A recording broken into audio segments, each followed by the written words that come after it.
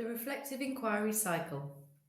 In this video, we'll walk through what is involved at each stage and where the self-audit and coding scheme are likely to be particularly helpful. You may already have used the T-SEDA self-audit to start to reflect on your current practice. Whilst this indicates a starting point for the inquiry, and there is a clockwise flow around the cycle, there are points where you may want to revisit earlier steps based on what you learn. For example, by trying something new or changing what you do slightly on the basis of early data collection.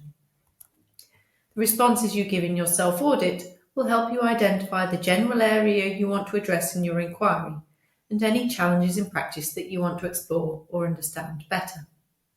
Looking at the coding scheme at this point will also help you narrow down what specifically you want to focus on related to dialogue in your practice and setting toward a focused and manageable inquiry question or two.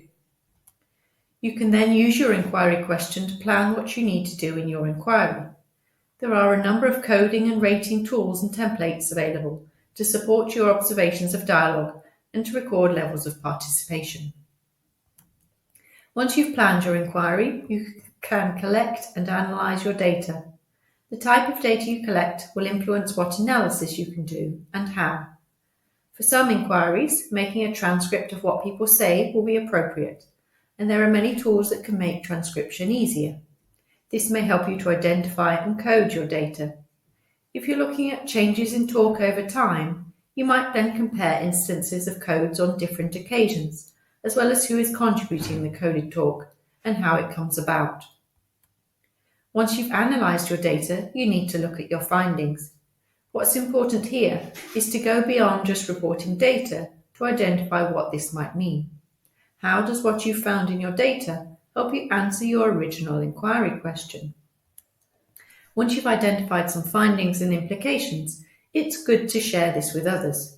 It could be relatively informal at this point, such as through a staff team meeting or conversations with colleagues. Sharing in this way is another opportunity for you to reflect on what you've done and what you've found, and may spark some interesting suggestions and questions from others. The next stage in the cycle is to think about what your findings mean for your ongoing practice. This is your action plan. What might you do differently going forwards? What new questions do you now have that take your inquiry further or in a slightly different direction? These new questions might form a second cycle of your inquiry. Once you've identified your actions, reflect over the whole process so far. What has worked well or less well? What happened that you didn't expect? Then, as you did when you'd identified some early findings, share what you found with others. The difference with this sharing is that you should also reflect on what your findings mean in more detail for your practice, your learners, your ongoing inquiry, and potentially for others in your setting and beyond.